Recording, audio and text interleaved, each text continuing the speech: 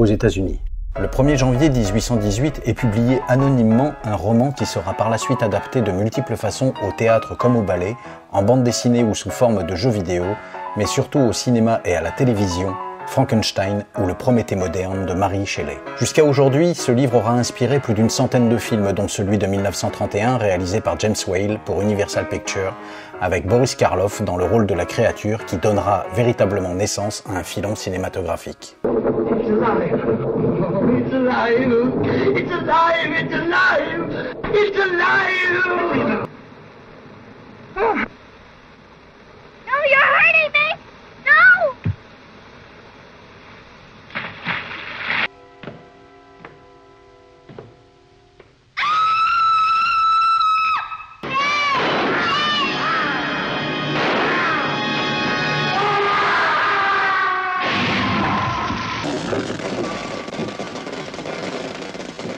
Bouge, Otto! Coupe l'électricité. Oui. Lève la table.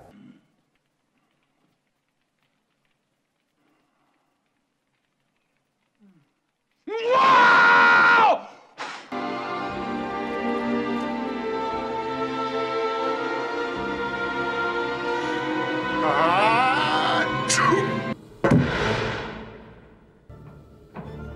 It's alive. It's alive.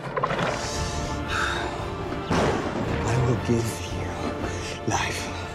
I will give you life. C'est en 1910 que vit naître la première adaptation du roman au cinéma sous la direction de James Earl Jolley pour les studios Edison. Ce film, tourné en 3 jours seulement, a longtemps été considéré comme perdu, et il n'en subsistait que quelques images de Charles Ogle dans le rôle du monstre de Frankenstein. Une copie originale a néanmoins été retrouvée dans l'État du Wisconsin aux États-Unis au milieu des années 70.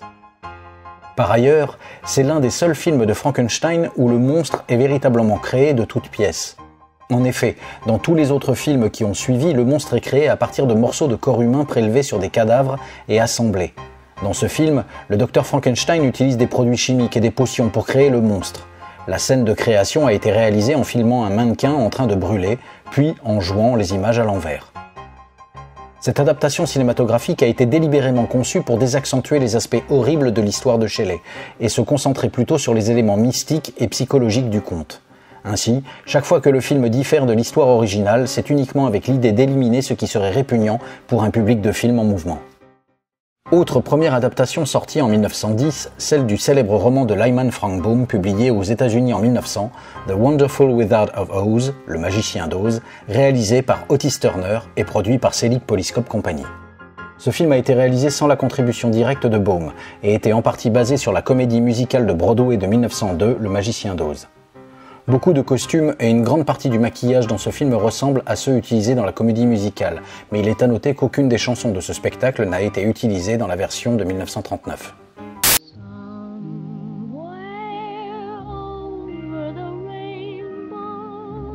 Le catalogue de la Selig Polyscope Company fait état de suites telles que Dorothy and the Scarecrow in Oz et The Land of Oz, sortis également en 1910 et considérés aujourd'hui comme des films perdus.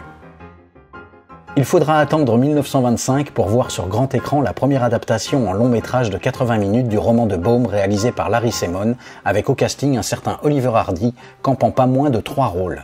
Le bûcheron en fer-blanc, le chevalier de la jarretière et un ouvrier agricole.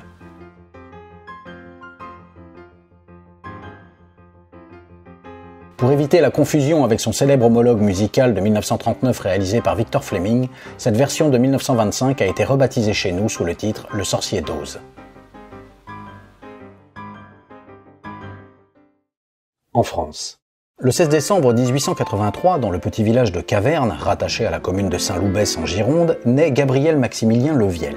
Après des études au lycée de Talence, le jeune Gabriel Maximilien entre au conservatoire de Bordeaux et en est renvoyé durant sa 2e année, après une altercation avec un professeur. Il continue néanmoins de jouer le répertoire classique sous le pseudonyme de Max Lacerda, à la demande de son père. En 1904, lors d'une promenade dans les rues de Bordeaux, qui l'amène devant la devanture du magasin de chaussures Linder, il adopte définitivement le pseudonyme de Max Linder. La même année, il monte à Paris rejoindre un ancien professeur qui dirige le théâtre de boulevard L'Ambigu. Il y joue ainsi qu'aux variétés. Muni d'une lettre de recommandation d'un ami du théâtre de l'Ambigu, il est reçu dans la maison Pathé qui l'engage en 1905 pour faire du cinématographe. Scénariste, réalisateur, acteur, il tourne alors près d'1 film par jour. Cela ne l'empêche pas parallèlement de tenter d'entrer au Conservatoire national supérieur d'art dramatique, mais il échoue au concours 3 années consécutives. Son premier court-métrage réalisé en 1905 s'intitule « La première sortie d'un collégien ». Il tourne quelques drames tels que Les Contrebandiers en 1906 ou La mort d'un toréador en 1907, mais le public le préfère dans la comédie où un succès considérable l'attend. Il va rapidement devenir l'acteur de comédie principal au studio Pathé. Après quelques sketchs burlesques tels que 10 femmes pour un mari en 1905 ou Un mariage à l'américaine en 1909 et d'autres comédies d'époque, il crée le personnage de Max, costume élégant avec chapeau haut de forme et petite moustache. Ce personnage de Max naît donc en 1910 avec les débuts de Max au cinéma, même si certains de ses films plus anciens ont été rebaptisés avec l'ajout du terme Max. Dès lors, Max devient une attraction cinématographique de tout premier plan, avec une centaine de courts-métrages dans lesquels il est tour à tour escamoteur, professeur de tango, toréador, pédicure, maître d'hôtel, médecin. D'un film à l'autre, il court après une fille en ses volages, ou se fait battre en duel, est victime d'un abus de médicaments, ou se mesure au célèbre détective Nick Winter dans un film co-réalisé avec Paul Garbagni. Avec tous ses films, d'une ou deux bobines, le plus souvent écrits et réalisés par lui-même, Max est un triomphe mondial et devient la première star internationale de cinéma dès 1910. En France, il fut l'une des plus grandes vedettes comiques au temps du cinéma muet. Son jeu et ses inventions ont notamment influencé la création du personnage de Charlot, interprété par Charlie Chaplin.